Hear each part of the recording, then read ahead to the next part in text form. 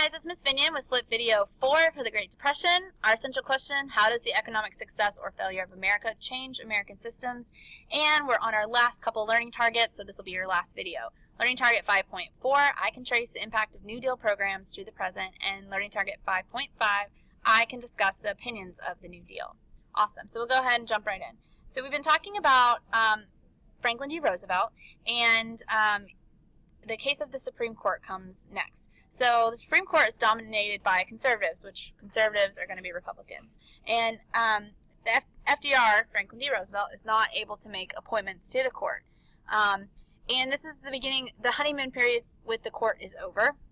And actually, the honeymoon period was with Congress, and the court does not like that Franklin D. Roosevelt has taken all this power. So they declare several of his New Deal programs unconstitutional. So FDR believed that they were constitutional and that they were helping with relief and reform. So he wants to change this.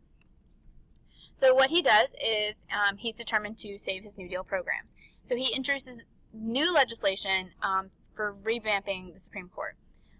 He puts in laws that would allow him to appoint one new judge for every Supreme Court member over the age of 70 and a half. This would increase the Supreme Court to a maximum of 15 members. He's trying to do this so that he can get people on his side.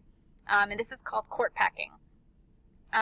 So some of the conservative members, they had decided just to retire in the end. So later on, he's going to get the opportunity to appoint new people anyways. But a lot of people saw this as FDR taking too much power, trying to appoint Supreme Court justices so that they would side with him.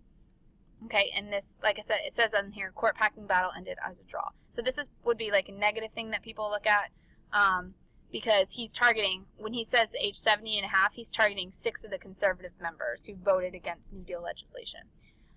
All right, next we have who didn't like the New Deal, and this is your Learning Target 5.5. So a lot of people felt FDR had gone too far, and some felt that he hadn't gone far enough. So he had a lot of support, but then some people felt like he could do more. Some of these people think that the New Deal needs to be radically changed or abolished, and none of the groups had much an effect on the New Deal or how the government confronted the problems of the Depression.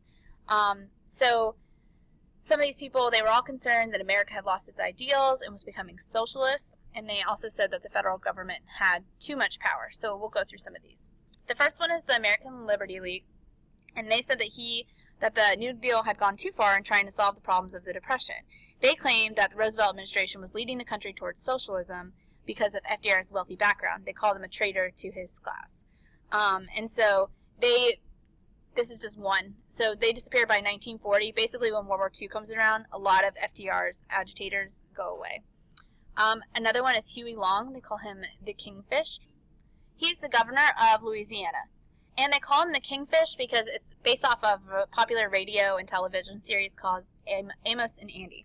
And so he believes that, like I said, that the New Deal didn't do enough to solve the problems of the Great Depression, and particularly the unequal distribution of wealth. He proposed a Share the Wealth program, which would redistribute the wealth across the nation by taxing large personal incomes, so by taxing those people who are rich. And he used the slogan, "Every man's a king." And so this basically leads to very socialist, communist viewpoint. And unfortunately, he was assassinated not too long after he talked about these ideals. Okay, so next we have the election of 1936. So FDR decides to seek a second term, and the person against him was Kansas Governor Alf Landon. And Roosevelt was really popular. It was evident from the start that he's going to win this election. Landon only talked about the New Deal failures, and he did not really talk about what he was going to do. He was not a very effective campaigner. So Roosevelt won in a landslide. He defeated him by nearly 11 million votes. So here shows you the blue is Landon and the red is Roosevelt. So you can see that Roosevelt carried this election, and he carried 523 of the electoral votes, which is craziness. So then you have the New Deal Coalition, and so this is people who support them. The labor unions, political machines, racial and religious minorities, Southern whites, all of these agreed on the New Deal. While they couldn't agree on other things, they agreed on the New Deal. And this is going to help re-elect FDR 3 times. And it keeps Democrats in control of Congress from 1933 to 1980. And it also is going to elect Democrats to the White House 7 times during that period, 1932 to 1980. Okay, so this is going to go with your alphabet soup. These are the last ones for the alphabet soup. One of the longest lasting New Deal reform programs that we still have today is the Social Security Act. And it's one of the biggest legacies of the New Deal. So make sure you write, if it was a success, it is a success. So this is going to give pensions to those 60 years old and older. And this Social Security Act will give unemployment insurance and aid to widows, dependents of covered workers, and disabled workers. So this is basically, this comes out of your check. This is so that you can pay for retirement, or if you get unemployed, or if you have a disability. Okay. Other things are the New Deal sought to ensure that conditions leading to the Depression did not reoccur. So these would be called reform movements. And some of these would be Social Security, the Pure Food and Drug Laws, Tennessee Valley Authority, and the FDIC, which is the Federal Deposit Insurance Corporation. All of these are still in effect today. So on your sheet that you can write that all of these are still in effect today. Okay, so National Labor Relations Act basically is going to protect the rights of laborers to form unions. So before this, if you'll remember, really it was big business that controlled the government. When it came to labor, usually the government sided with the business instead of the people. And so this is going to help with that.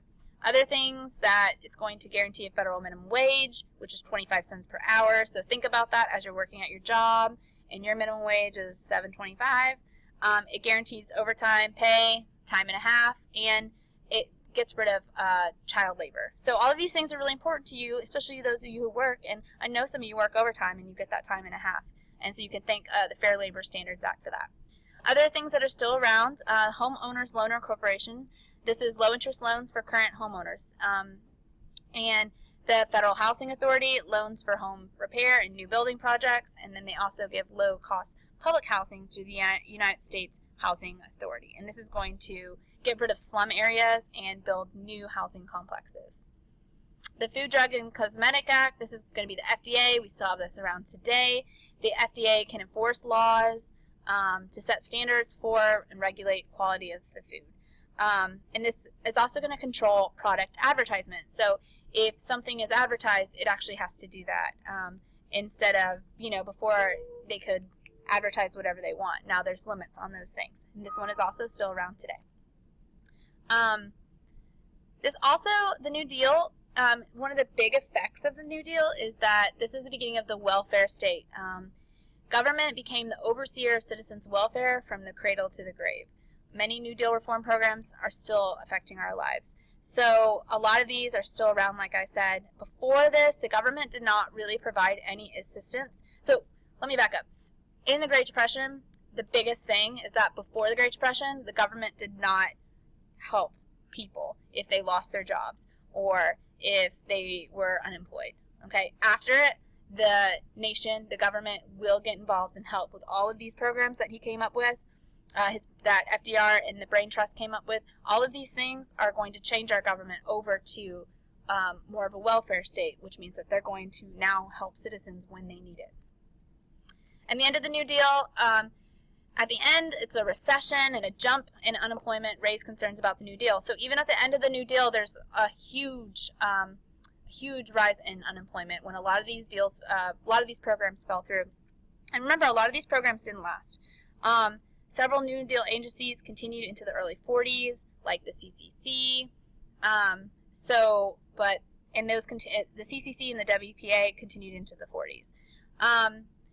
So full employment and the end of the Depression only occur with U.S. involvement in World War II. So people will have jobs, and the New Deal doesn't end the Depression. Okay, World War II ends the Depression when the country goes to total war. So just kind of keep that in mind as we move on into the next unit for World War II, that World War II is going to help end the Great Depression. And that's it for today. I hope you got your learning targets. Make sure you have that essential question where you can answer it, and your test is next week. All right, bye.